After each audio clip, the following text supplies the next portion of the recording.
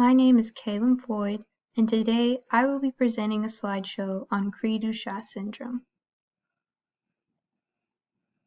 Most cases of Cri du Chat are not inherited, with both parents being unaffected. Typically, Cri du Chat is caused by a random event, and only 10% of all cases are inherited from the unaffected parent. Cri du Chat is neither autosomal or sex-linked, and it affects chromosome 5. Cri du Chat is caused by unbalanced translocation in the deletion of the short arm or P arm on chromosome 5.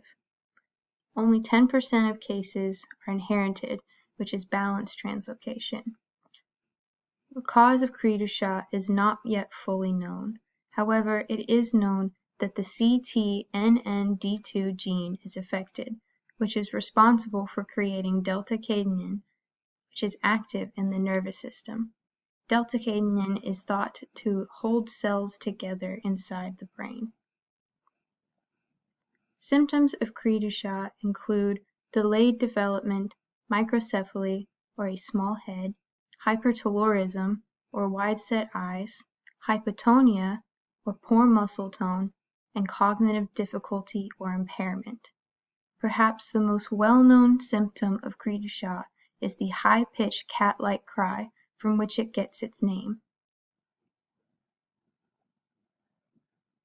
Cri du Chat is typically diagnosed at birth by the symptoms, with the main diagnosing factor being a cat-like cry. Cri du Chat can also be diagnosed by a chromosome analysis genetic test, which will reveal the short arm deletion. If it cannot be revealed through regular testing alone, sometimes an FISH genetic test is required. Cri du Chat is an incredibly rare disease, with only 1 in 50,000 babies diagnosed. Because it is a random mutation, it is found in both sexes and all ethnicities, with no tendency toward any in particular. There is no specific treatment or cure available for those with Cri du Chat, and they will often require a team of parents, therapists, medical professionals, and teachers. Physical and language therapy can also help.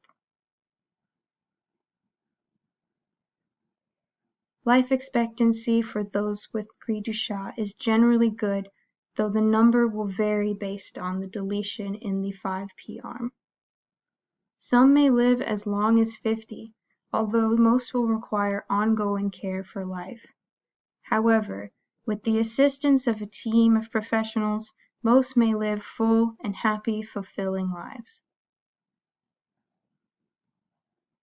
Here are my written sources. Special thank you to Better Health Channel, National Human Genome Research Institute, and